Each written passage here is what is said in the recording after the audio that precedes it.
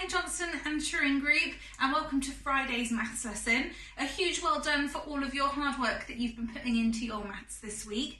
Now today we're going to be thinking about 3D shapes and how we can name them and identify them. Okay, so what is the difference between a 2D and a 3D shape?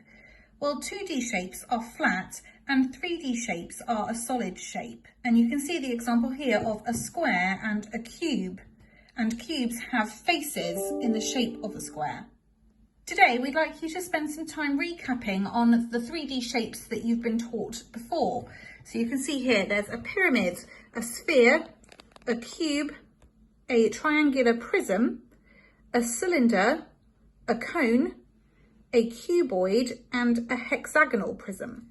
Okay, so the first 3D shape we're looking at today is a cube. Now, can you think of any objects which are in the shape of a cube? Perhaps you could go for a wander around your house and see if there's any you can find, and then write a quick note down of those objects, and we'll see how many you've got on my list.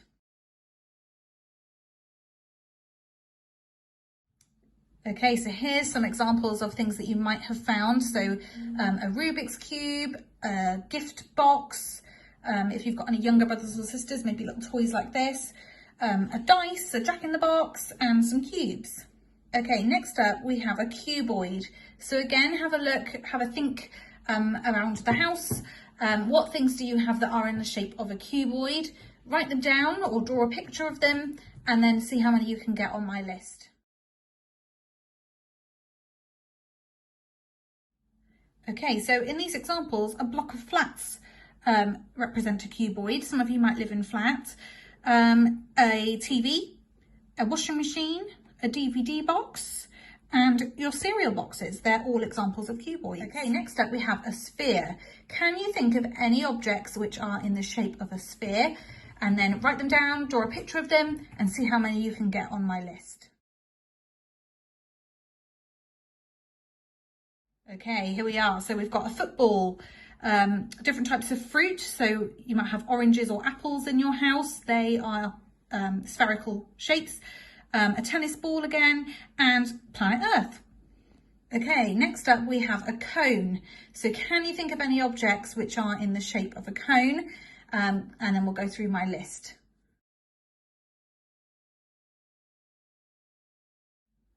Okay, so the obvious one is an ice cream cone.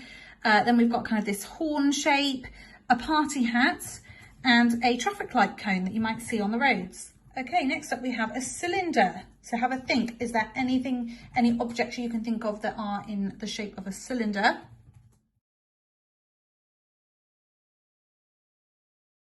Okay, and here's some examples. So we've got a little bin, a can, one of those drinks holders that keep your drink nice and insulated, a can of Pringles, and some hairspray.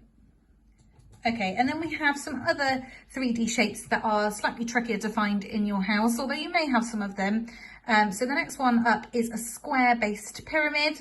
It's named that way because you have a face of a square at the bottom here. And you can see there the pyramids in Egypt are given as the examples. Then we have a triangular prism. So again, kind of the triangular part is coming from the faces here and here of a triangle. And there's an example there of Mr. Thomas's favourite chocolate.